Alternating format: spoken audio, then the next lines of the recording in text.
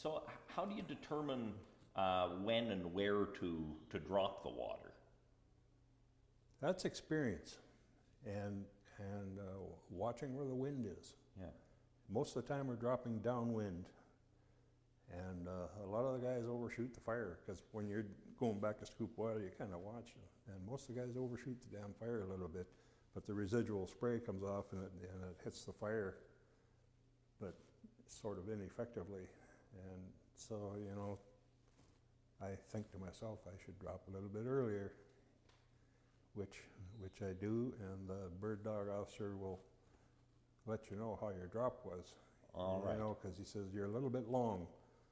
You know, okay, so then when you get, there was one time up in the Northwest Territories, we were working this big fire coming off the lake and around and dropping downwind on the fire. Then they said, go out and hit that clump of trees over there. It's sort of in the clear, but it was burning up real good and it was going to start another fire. So I went there and had this old fellow sitting with me in the right-hand seat, and I was flying, and we had a pretty good wind blowing. And geez, it's about a half a mile before I got the fire, and I let the load go, you know. And my co-pilot there, that's way too early. And the bird dog says, right on, you know, and the water just carried, and I just nailed it right on. Not bragging, but that's just the way it happened. Oh, sure, yeah. Oh, I might as well brag. Did you find that your experience flying the beavers and the otter with the water bomb floats had helped you to learn that, or was it? Yeah, I give you an inclination. Yeah, the single otter was fairly effective on small fires. Yeah, it was good. And you know, after a while, they started bringing in the seats, a single engine air attack aircraft, which were crop sprayers. All right. And they used, what the heck, I just forget the name of the aircraft. Anyway, they were very popular, all turbine equipped. And they filled their regular tank up with water. They they had to be ground filled. And they did eventually come with one on floats that had a snorkel tube that stuck down there, and it filled up the water tank again. And depends on the model of the airplane, they can hold upwards of you know, around 800 gallons of water. And are those ones, are they filled up before takeoff, or do Yeah, they? they're filled up on the airport. They carried a long-term retardant, which is the red stuff. Okay. And they put a ring around the fire with that.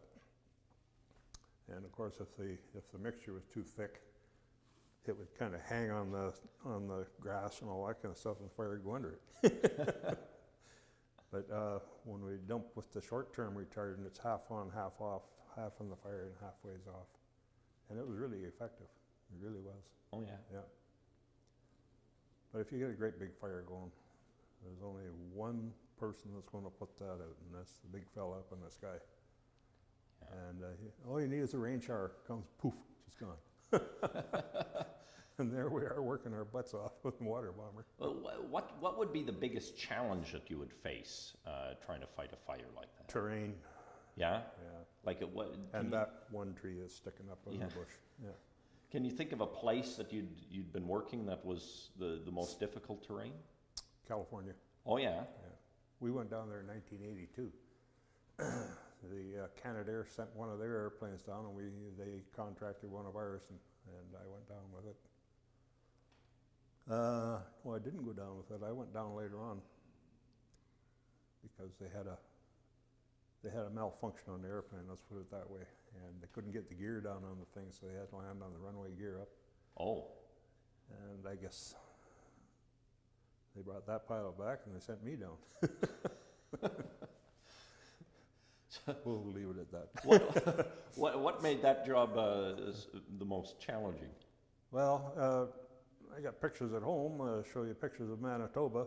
Oh, sure. Which looks like the ocean. Nice. There's nothing there. Yeah. And you go down California, there's a lot of vertical real estate. Oh, yeah. Well, on the west coast, of course. And, yeah. And even when we went up to the territories, we got out into the Liard River area, up in Nahanni Park and all that. It's quite mountainous out there. Yeah.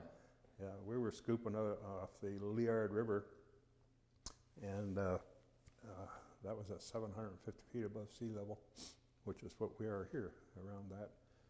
And we were climbing up to 3,500 feet to drop on a fire up in the mountains. And that's, that's different. If you got used to it, it'd be no problem. Yeah.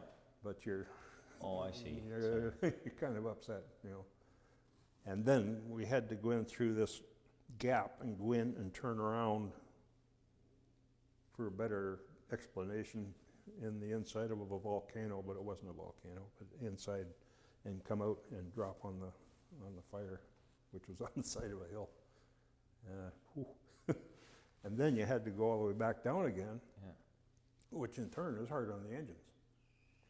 If you don't look after your engine properly.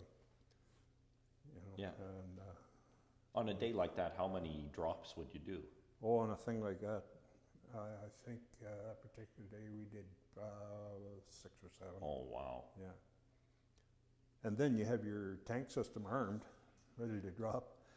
And the other fellow was flying the airplane. I was sitting in the right-hand seat, and he wanted to talk on the radio. He pushed the wrong button, and there went the load.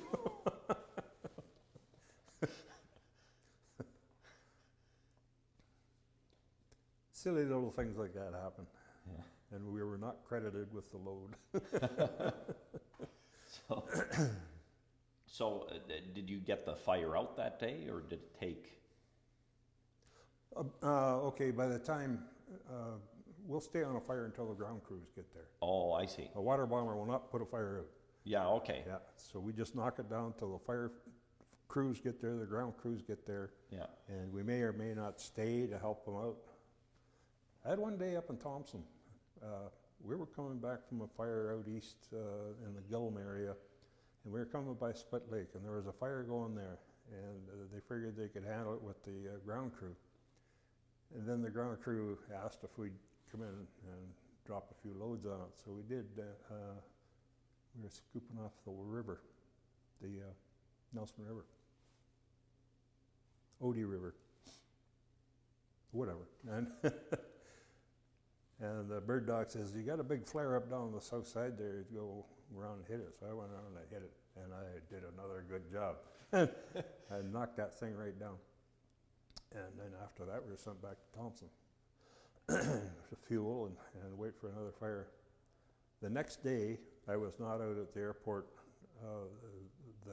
The fire crew off that fire the next day walked from the city of Thompson, which is 20 miles, out to the airport to say thanks. Wow.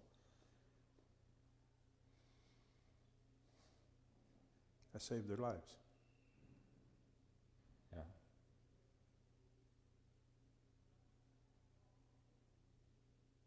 Would they have been trapped up there? They were. Oh, they were. Mm-hmm.